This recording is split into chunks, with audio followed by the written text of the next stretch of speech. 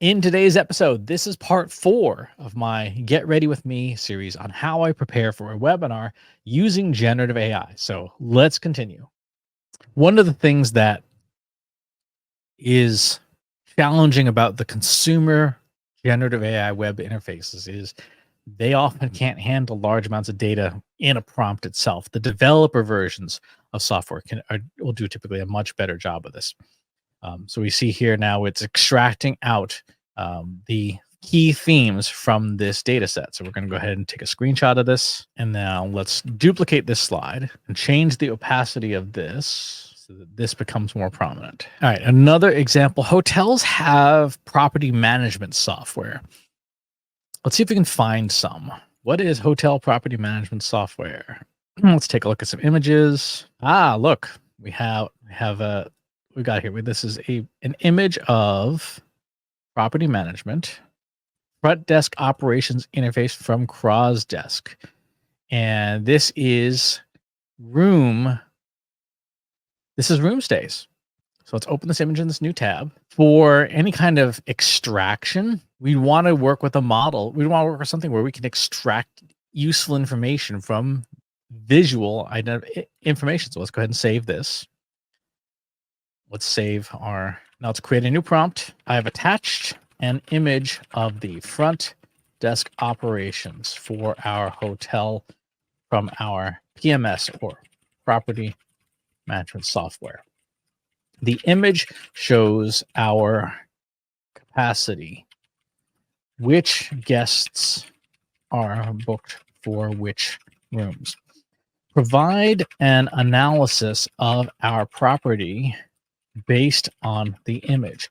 How are we doing in terms of keeping our rooms full?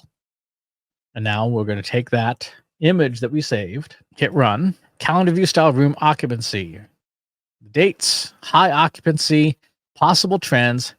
Several rooms are blocked with maintenance. So this is super helpful for our example. Let's go ahead and clear the navigation out so that we can, because we're not necessarily trying to say that we are experts necessarily in hotel and property management. We do want to show our attendees we've done our homework, and we can give them examples of, here's the software that you use in your industry, and here's how generative AI, even if it doesn't plug into that software, could be made to work with that software by taking things like screenshots and turn it into useful and actionable insights. Let's move on to our next section of the deck, which is going to be summarization. I like this. That's fine. This is summarize call customer history. I'm going to leave this in here. I'm going to swap this out. This is our example of monitoring YouTube channels, and we're actually going to. Should we do an example? We do a new example of how a hotel manager might do. Yeah, we might want to. So let's do this. So let's go to YouTube. Let's look for hotel travel hacks. All right. And let me go ahead and close all these other tabs because we're going to need a list of URLs. So we're going to pull out cheap hotel hacks for smart traveler. All right, so we've gotten a good selection of the major hacks. We're going to take that list of videos, clean it up just a little bit here. And now, as we did earlier, let's take out the closed captions. Okay, so as we did before, we now have our data file of the hotel hacks that people have come up with from YouTube. So let's go ahead and get this in here. Today, we're going to summarize a collection of transcripts about hotel hacks, ways travelers can make the most of their hotel stays, save money, and take advantage of unexpected loopholes. Outline the hacks discussed in this collection of transcripts in outline format, ordered by priority in descending order. Priority is determined by the positive or negative impact. Actually, this is the negative impact. By the negative impact on a hotel property's revenues.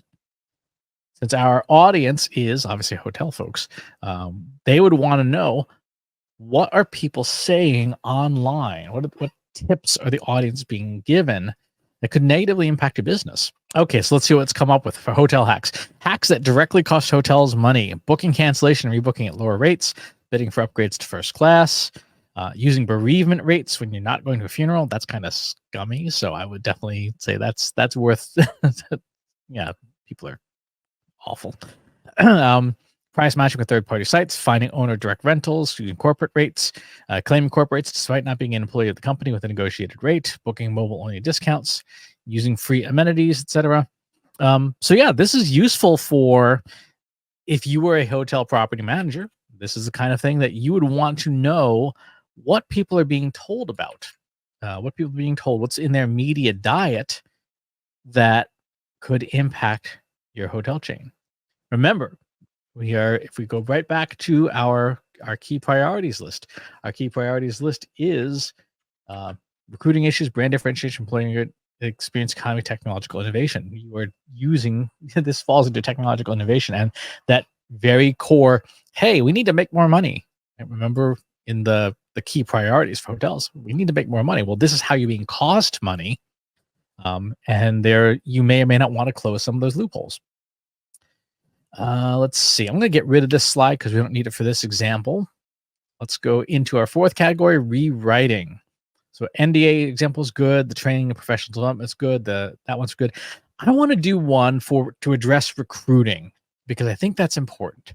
So let's go to our consumer model here. Start ourselves a new chat and say, let's get our expert prompt rolling for what the Gen Z employee cares about. So we're essentially having the model export out its knowledge of Gen Z and the things that they care about within the hospitality industry.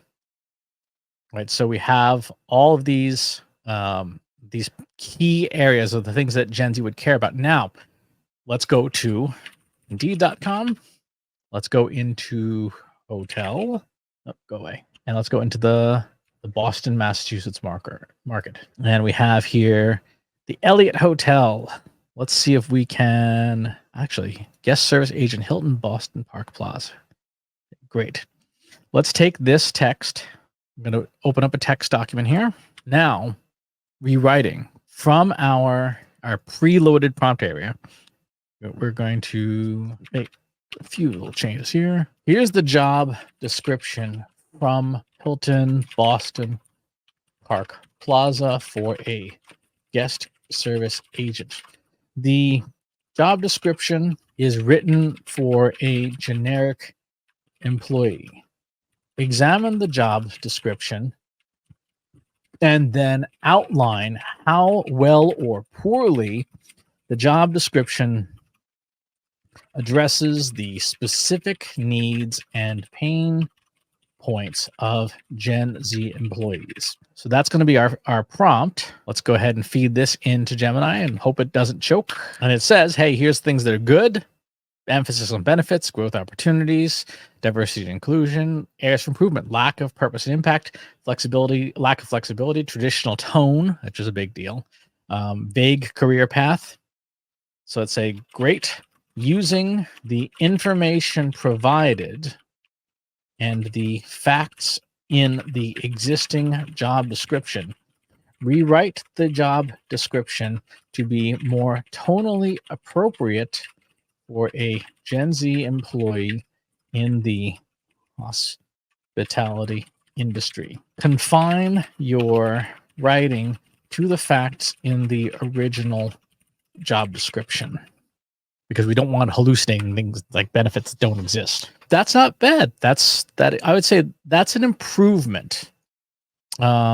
If we had more information, we could certainly have this do a better job. And I would say that's the advice that I would give to any employer, is to say, let's take the existing job descriptions, take the known things that the audience cares about, and have these tools do a better job of writing your stuff, right? So if you look at this original text here, full job description, one of the most historic hotels in the city. So from old to bold. That's a nice rewrite. Okay.